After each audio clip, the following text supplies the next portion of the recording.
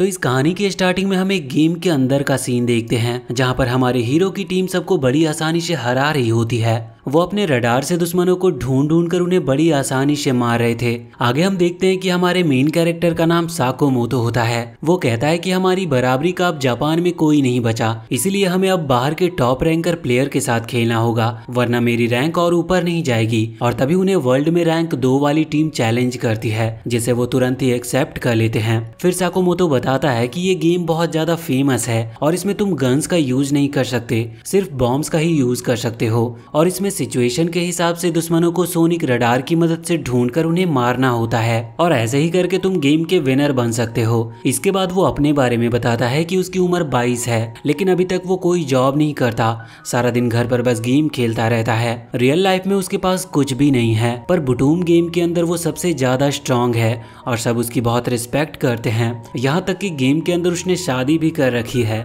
लेकिन तभी अचानक से साकोमोतो की आंखें खुलती है और वो अपने आप को एक आइलैंड पर पाता है। फिर वो देखता है कि अभी वो एक पैरासूट में अटका हुआ है। आगे जब वो नीचे जाता है तो देखता है कि उसके सर पर चोट लगी हुई थी और उसे कुछ भी याद नहीं था कि वो यहाँ पर कैसे आया। तभी उसकी नजर अपने हाथ पर जाती है जहाँ एक ग्लास लगा हुआ था जो कि उसके स्किन के अंदर लगा हुआ था। इसके बाद उसे वहाँ पर उसका बैग मिलता है जिसके अंदर उसके कपड़े और एक दूसरा बैग और कुछ खाना रखा हुआ था। अब आगे जब साकोमोतो फॉरेस्ट के बीच में जाता है तो चारों तरफ कीड़े मकोड़े देखकर डर जाता है और जल्दी से भागकर एक खुले समुद्र के सामने पहुंच जाता है। तभी उसे अपनी एक मेमोरी याद आती है कि कुछ टाइम पहले उसके मॉम ने उसके लिए कन्वीनियंट स्टोर में जॉब के लिए अप्लाई कर दिया था, पर बाद में जब उसे ये बात पता चली तो वो अपनी मॉम पर बहुत चिल्लाया था कि उसे कोई जॉब नहीं करना क्योंकि उसके पास ऑलरेडी एक जॉब है। फिर जब वो एक स्टोर से निकलता है तो कुछ ब्लैक सूट पहने आदमी आकर उससे पूछते हैं कि तुम ही साकोमोतो हो ना, और इसके बाद से उसे और कुछ ज्यादा याद नहीं होता। फिर जो बैग में उसे खाना मिला था वो खा लेता है और उसे जो दूसरा बैग मिला था उसे खोलकर देखता है तो उसमें से एक छोटा सा बॉक्स निकलता है। वो जब उसके एक बटन को प्रेस करता है तो उसमें काउंटडाउन स्टार्ट हो जाती है और तभी साकोमोतो उसे दूर फेंक देता है जिससे वहाँ पर धमाका होता है और फिर उसे पता चलता है कि ये सारे बॉम्ब्स हैं। तभी साकोमोतो वहाँ पर दूर से एक आदमी को देखता है और उसे मदद के लिए बुलाने की कोशिश करता है,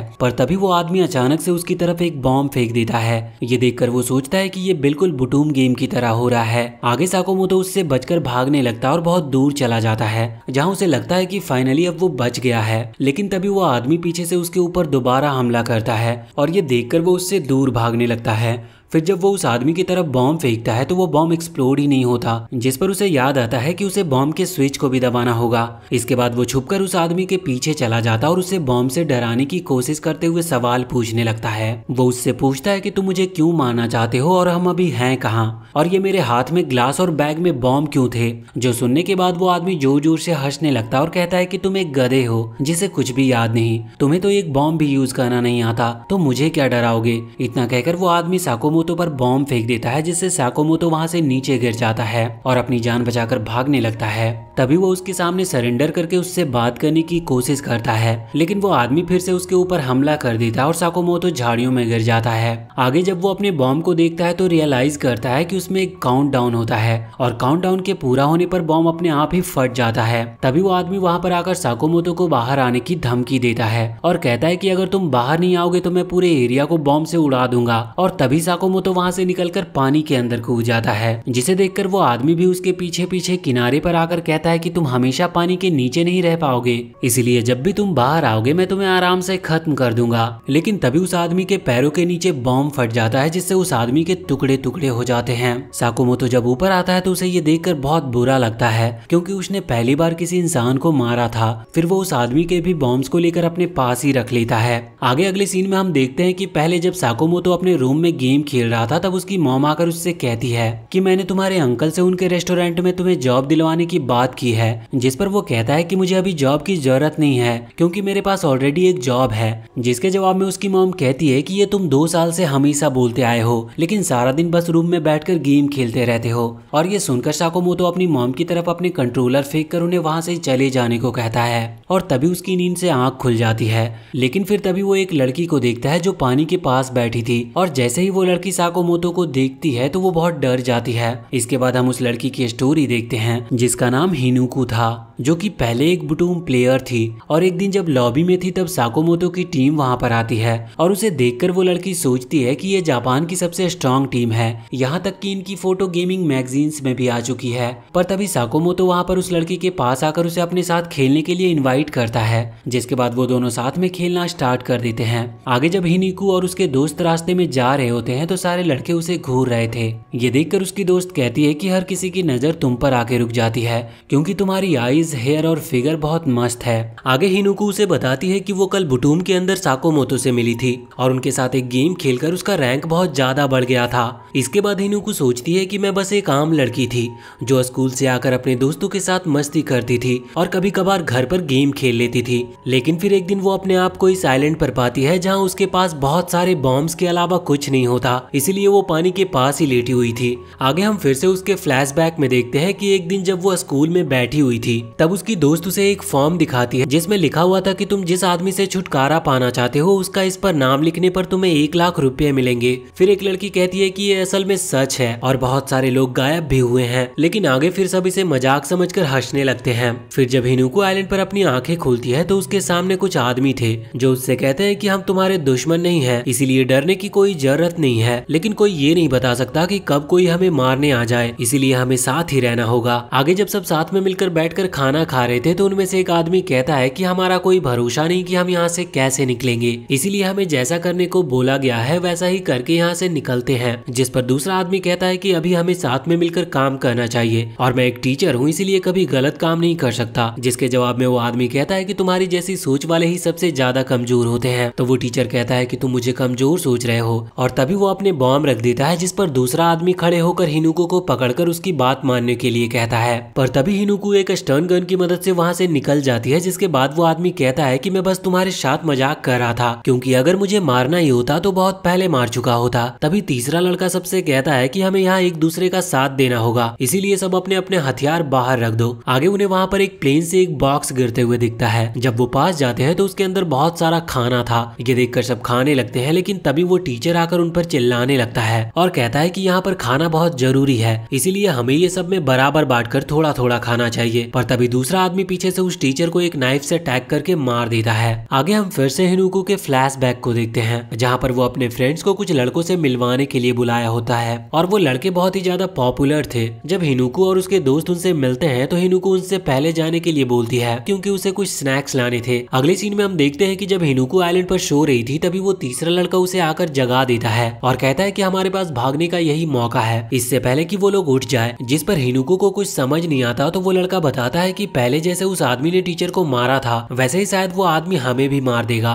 इसीलिए यहाँ से भाग जाना ही सही रहेगा। इसीलिए सारे फूड और बॉम्ब को लेकर यहाँ से चलते हैं। थोड़ी दूर जाने के बाद जब वो पानी पीने के लिए रुकते हैं तो वहाँ उस लड़के को पता चल जाता है कि वो आदमी उनका पीछा कर रहा है और वो लोग वहाँ से भागने लगते हैं। इसके बाद जब वो लोग एक ब्रिज क्रॉस कर रहे थे तभी वो आदमी उन्हें ढूंढने लगता है, जो देखकर वो लड़का उस पर अपना बॉम्ब फेंक देता है जिससे वहाँ पॉइजनस गैस फैल जाती है। इसके बाद वो लड़का हिनुको के हाथ पकड़कर उसे आगे ले जाता है और कहता है कि अगर हमें यहाँ रहना है तो लोगों को मारना पड़ेगा। जिस पर हिनुको उससे कहती है कि मैं किसी को मारना नहीं चाहती और तभी वो उससे अपना हाथ छुड़ाने की कोशिश करती है, पर वो लड़का उसके हाथ को पकड़े रखता है। ये देखकर हिनुको उसे एक पंच करती है, जिसके बाद वो लड़का उसे पकड़ लेता है और हिनुको उसके ऊपर स्टन गन से अटैक करके वहाँ से भाग जाती है। इसके बाद हम दोबारा से उसका फ्लैशबैक देखते हैं जिसमें जब हिनुको स्नैक्स लेकर अपने फ्रेंड्स और उन लड़कों के रूम में जाती है तो देखती है कि उसके दोस्त वहाँ पर बेहोश थे और उनके कपड़े फटे हुए थे। ये देखकर वो काफी डर जाती है और तभी पीछे से एक लड़का आकर उसे चुपचाप उसकी बात मानने को कहता है, जिस पर हिनुको उसे एक थप्पड़ मारकर बाहर भाग जाती है। पर तभी उसे अपने दोस्तों की आवाज सुनाई देती है जो उससे मदद मांग रहे थे। आगे वो वहाँ से भागकर पुलिस को बुला लेती है और कुछ दिनों के बाद जब वो अपने दोस्तों से मिलती है तो वो उससे कहते हैं कि सारी गलती तुम्हारी थी, इसीलिए जो भी हुआ उसमें तुम्हारी गलती है, मैं चाहती हूँ कि तुम गायब हो जाओ। हिनुको ये सब अभी सोच ही रही थी कि तभी वो देखती है कि उस लड़के ने दोबारा उसे ढूंढ लिया था और वो उसका हाथ पकड़कर उसके साथ जबरदस्ती करने लगता है, जिस पर वो मदद के लिए बुलाती है। पर तभी वो सोचती है कि शायद मैंने उस दिन अपने दोस्तों को नहीं बचाया था, इसीलिए ये मेरी सजा है और फिर वो अपना एक बॉम्ब निकालकर मरने के लिए तैयार हो जाती है। ये देखकर वो लड़का वहाँ से डरकर भाग जाता है और हिनुको उस बॉम्ब को उसके ऊपर फेंक देती है, जिसके असर से वो लड़का वहीं पर मारा जाता है। इसके बाद जब वो पानी के पास जाकर अपने कपड़े साफ कर रही थी तभी उसे साकोमोतो दिखाई देता है, जिसे देखकर वो बहुत डर जाती है और अपना सामान लेकर वहाँ से भागने लगती है। साकुमोतो उसे पीछे से बुलाने की कोशिश करता है पर वो उसकी बात ना सुनकर वहाँ से चली जाती है। आगे साकुमोतो ढूंढकर थोड़ा खाना मांगने का डिसाइड करता है और अपने रडार से उसे ढूंढ लेता है। फिर जब साकुमोतो उस जगह पर पहुंचता है तो वहाँ पर एक और आदमी था जो उसे देखकर बहुत डर जाता और अपनी जान की भीख मांगने लगता है, जिस पर साकुमोतो उसे बहुत सारे सवाल पूछता और वो आदमी जवाब देने के लिए मान भी गया था। फिर वो आदमी साकुमोतो को बताता है कि ब्लैक सूट में कुछ आदमियों ने मुझे किडनैप कर लिया था और जब मेरी आंखें खुली तो मैं एक प्लेन के अंदर था।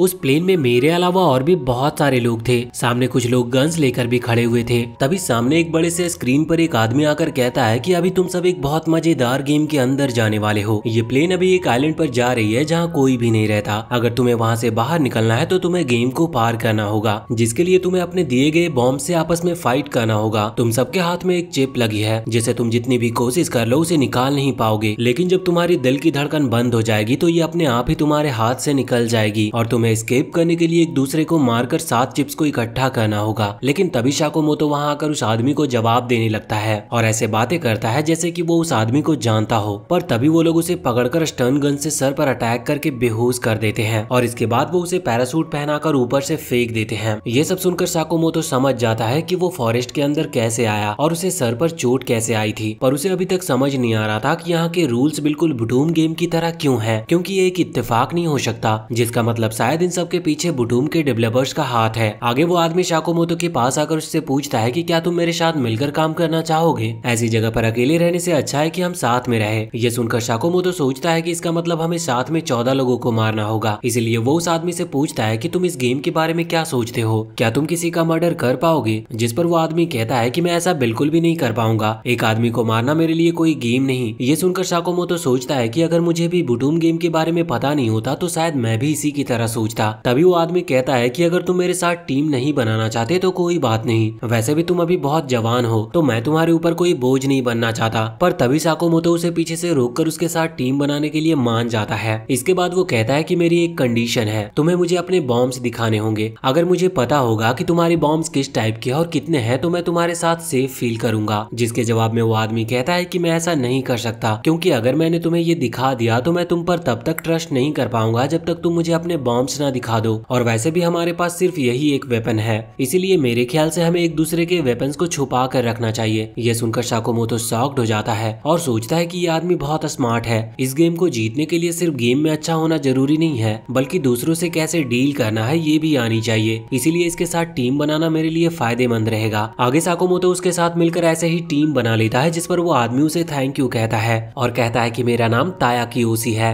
इसके बाद आगे साकुमोतो देखता है कि वहाँ पर एक प्लेन से फूड गिर रहा है और वो सोचता है कि इस बार सभी को फूड चाहिए, इसीलिए सब फूड लेने के लिए जरूर आएंगे, जिसका मतलब इस गेम को बनाने वाले हमें आपस में लड़वाना चाहते हैं। आगे जब साकुमोतो फूड की तरफ जाता है तो देखता है कि एक लड़की उससे पहले वहां पर पहुंच जाती है, लेकिन जैसे ही वो उस बॉक्स को उठाती है उसके नीचे से एक बॉम्ब फटता है और उसकी वहीं पर मौत हो जाती है। तभी पीछे से एक और लड़का आकर उस लड़की के हाथ से उसका चिप निकाल लेता है और खाना लेकर वहां से चला जाता है। ये देखकर साकुमोतो समझ जाता है कि उस लड़के ने पहले से वहां पर ट्रैप बनाकर रखा था, क्योंकि उसे पता था कि जब लोग खाने को देखेंगे तो उसे लेने के लिए जरूर आएंगे। अब अगर मैं पहले खाने तक पहुंच जाता तो शायद अभी जिंदा नहीं होता। इसके बाद वो वहीं पर दुखी होकर बैठ जाता है। थोड़ी देर बाद जब कियोशी वहां पर आकर साकुमोतो से पूछता है कि क्या तुम खाना लेकर आए, जिस पर साकुमोतो उससे माफी मांगता है और तभी कियोशी वहां पर उस लड़की की लाश को देखकर शॉक हो जाता है, जिस पर साकुमोतो उसे बताता है कि वहां पर किसी ने एक ट्रैप बिछाया था और अगर मैं उस लड़की से पहले वहां पर गया होता तो अभी तक मेरे टुकड़े हो चुके होते। इसके बाद साकुमोतो खड़े होकर फॉरेस्ट के अंदर इशारा करते हुए कहता है कि वहां पर एक और फूड का बॉक्स है, लेकिन वो थोड़ा दूर है शायद, और बाकी लोग भी उसकी तरफ जा ही रहे होंगे और क्या पता हमारी जान भी जा सकती है उसमें, इसीलिए सिर्फ कुछ खाने के लिए जान देने की कोई जरूरत नहीं है। ये सुनकर कियोशी कहता है कि अभी हमारे लिए खाना नहीं मिलना मरने से कम नहीं है, क्योंकि अगर हम भूखे रहेंगे तो कोई भी आकर हमें मार कर चला जाएगा, इसीलिए अगर हम ये खाना नहीं ला पाए तो आगे भी सरवाइव नहीं कर पाएंगे। और फिर वो लोग फॉरेस्ट में अंदर चले जाते हैं। आगे थोड़ी दूर बाद साकुमोतो एक जगह पर रुककर अपने रडार से चेक करता है तो उसे दूर किसी के होने का एहसास होता है। फिर जब वो लोग वहां से थोड़ा आगे जाते हैं तो देखते हैं कि वहां पर एक लड़के ने एक आदमी को मारकर उसका खाना छीन लिया होता है और ये देखकर वो दोनों हैरान रह जाते हैं। पर इसी के साथ हम इस पार्ट का यहीं पर एंड करते हैं। तो वीडियो अगर अच्छी लगी हो तो चैनल को सब्सक्राइब करके बेल आइकन जरूर दबा ले।